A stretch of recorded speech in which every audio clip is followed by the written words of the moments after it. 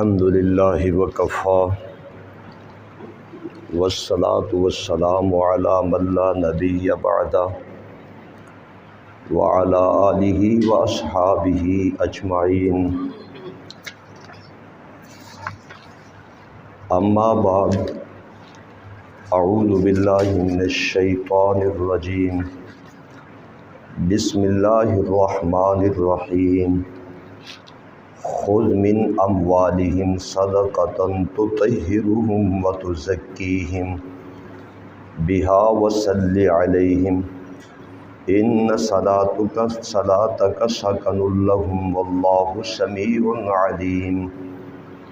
اللہم صلی علی سیدنا و مولانا محمد وعلی آل سیدنا و مولانا محمد وبارک وسلم ثم صلی علیہ۔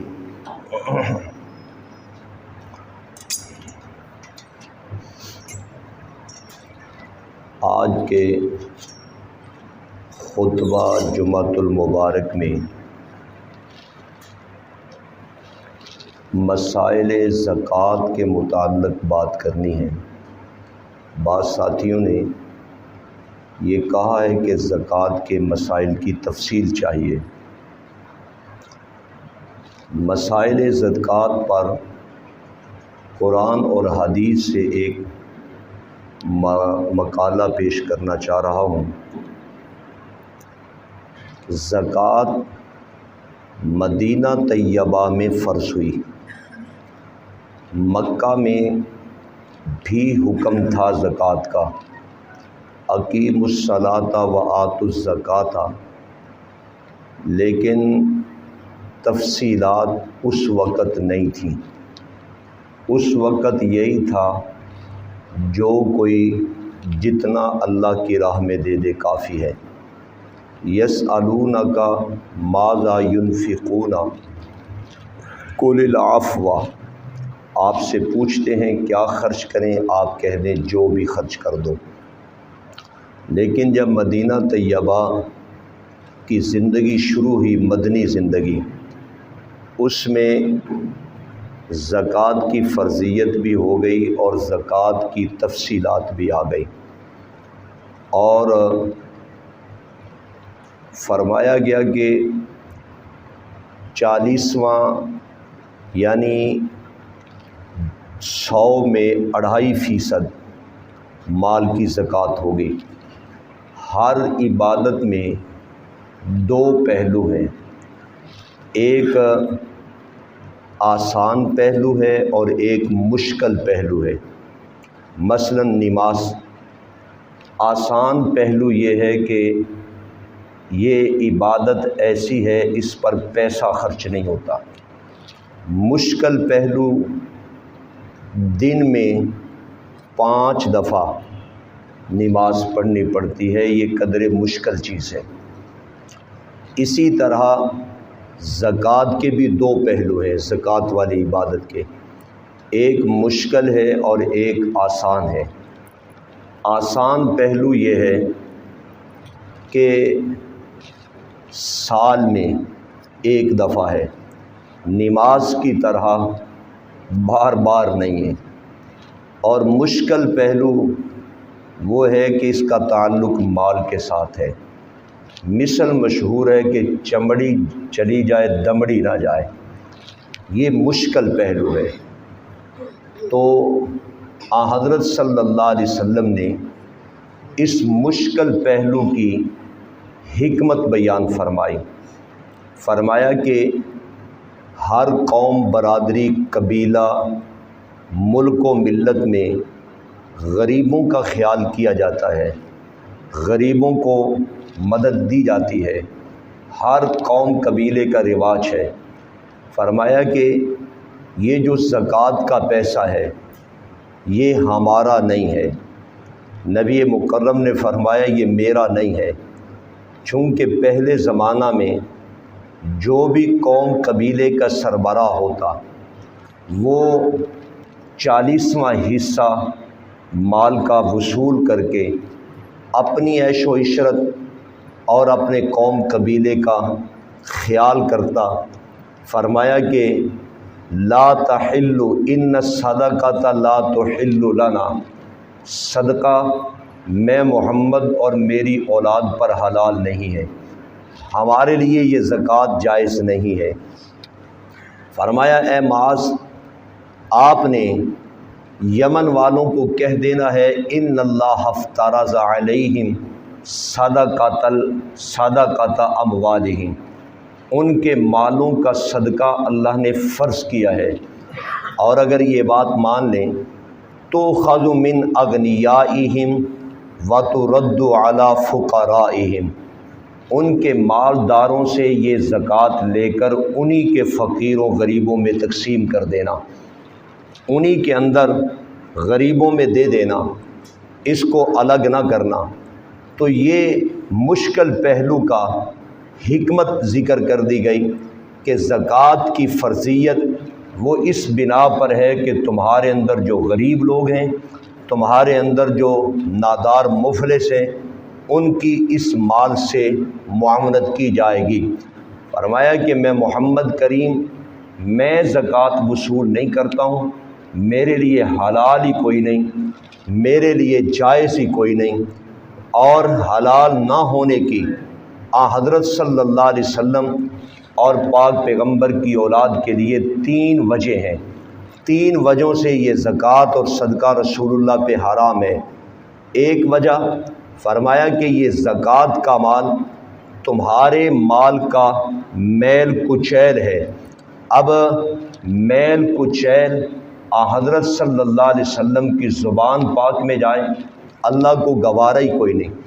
دوسری وجہ یہ ہے زکوٰۃ لینے کے لیے ہاتھ نیچا کرنا پڑتا ہے، اور فرمایا الید العلیٰ خیر من ید السفلیٰ، اوپر والا ہاتھ نیچے والے ہاتھ سے بہتر ہے۔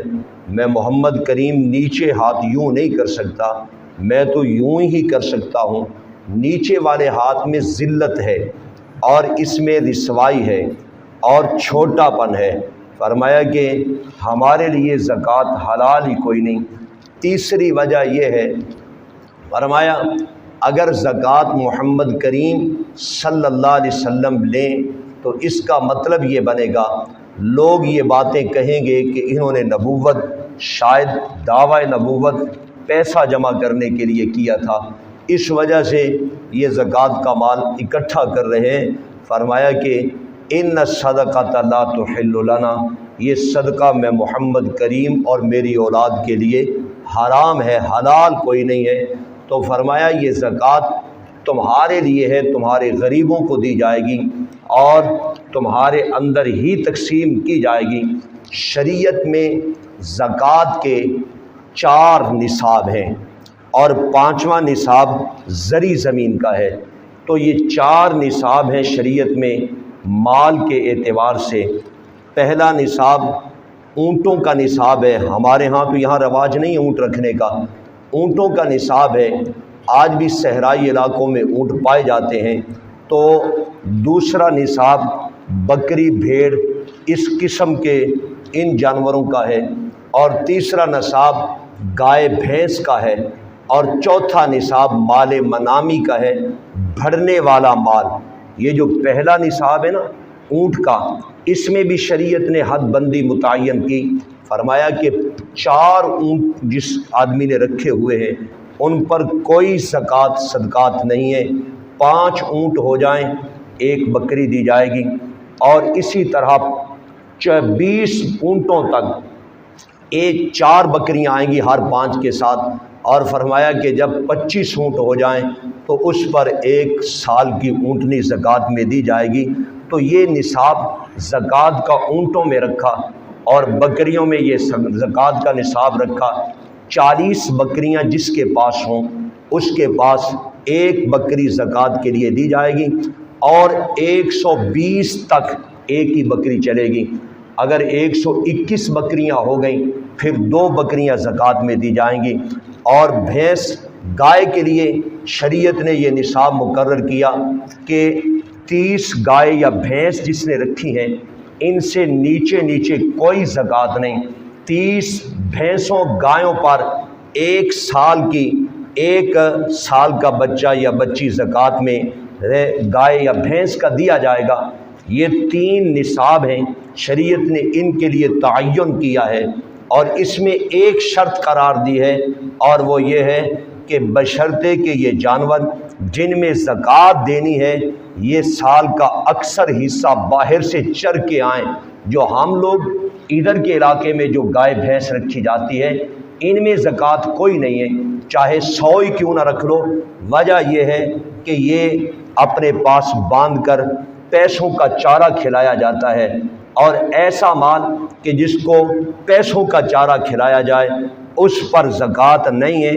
اس کے لیے شرط ہے کہ یہ مال اکثر حصہ باہر سے چر کے آئیں، تو یہ ان کے لیے نصاب متعین کیا گیا۔ اور چوتھا نصاب ہے مال منامی کا۔ مال منامی سے مراد سونا، چاندی، اور اس میں کرنسی، اس میں سامان، یہ سارا یہ ایک ہی نصاب ہے۔ اس کے لیے تشریحات یہ ہیں، اگر ایک آدمی اس کے پاس صرف سونا ہے اور کچھ بھی نہیں ہے تو پھر شریعت نے 7.5 تولے سونے پر زکوٰۃ رکھی ہے۔ 7 تولے سونا بھی ہوا اس پر بھی زکوٰۃ نہیں آئے گی۔ اگر آپ کے پاس صرف چاندی ہے اور چاندی صرف اور کچھ بھی نہیں ہے تو 52 تولے چاندی کے اوپر زکوٰۃ آئے گی۔ 52 تولے سے نیچے 50 تولے بھی ہو گئے تو زکوٰۃ نہیں آئے گی۔ اگر آپ کے پاس سامان ہے، آپ کے پاس کرنسی ہے، اس کے لیے آپ کو زکوٰۃ کے نصاب چاندی کو دیکھنا پڑے گا۔ اگر آپ کے پاس کوئی دکان ہے، کریانے کی دکان ہے، یا کوئی اور کارخانہ یا کوئی بھی آپ کام کرتے ہیں، اس میں جو آپ کا سامان پڑا ہوا ہے اور اس سامان کی قیمت اگر 52 تولے چاندی کے برابر ہو جائے، 52 تولے چاندی تقریباً 90,000 کے لگ بھگ کے قریب قیمت پر آئے گی، اس قیمت کے اوپر آپ کے پاس سامان ہے اور کچھ نہیں ہے تو پھر آپ پر زکوٰۃ واجب ہو جائے گی۔ تو یہ مال منامی میں اب اس میں عام ہے، چاہے یہ سامان آپ نے کاروبار میں لگایا ہے یا آپ نے ویسے ہی اپنے گھر میں رکھا ہوا ہے، زکوٰۃ ہر سال گزرنے پر آ جائے گی، چاہے آپ کاروبار کریں یا کاروبار نہ کریں۔ ایسا مال ہے جس میں بڑھنے کی طاقت ہے، بڑھنے کی قوت ہے، اور اس میں بڑھوتری کا اندیشہ ہے، اگر آپ کاروبار کریں گے تو یہ بڑھ جائے گا، اس وجہ سے اس پر زکوٰۃ آئے گی۔ یہ بات اس وجہ سے کہ بعض لوگوں کا یہ خیال ہے کہ جب تک مال کو تجارت پہ نہ لگایا جائے اس وقت تک زکوٰۃ نہیں آتی، یہ خیال باطل ہے۔ آخر عورتوں کا زیور، جو عورت زیور پہنتی ہے اور کنگن پہنتی ہے اور وہ چوڑیاں پہنتی ہے تو ان پر بھی تو زکوٰۃ ہے، حالانکہ وہ تو مال بڑھ نہیں رہا، وہ تو ہمیشہ ان کے پاس ہے۔ اگر ایک عورت کے پاس صرف اور صرف سونا ہی سونا ہے، کوئی چاندی نہیں ہے، تو 7.5 تولے کے کنگن اگر اس کے برابر اس کے پاس ہے تو اس پر زکوٰۃ واجب ہے، فرض ہے۔ حدیث پاک میں موجود ہے، ترمذی کی روایت ہے کہ حضور انور صلی اللہ تعالی علیہ وسلم نے عید کے دن خواتین اسلام کو واعظ کرتے ہوئے فرمایا کہ تصدقنا یا معاشر النساء، اے عورتوں صدقہ کرو، زکوٰۃ دیا کرو، ولو حلیکن، اگرچہ تمہارا زیور ہی کیوں نہ ہو، زیور میں بھی زکوٰۃ ہے۔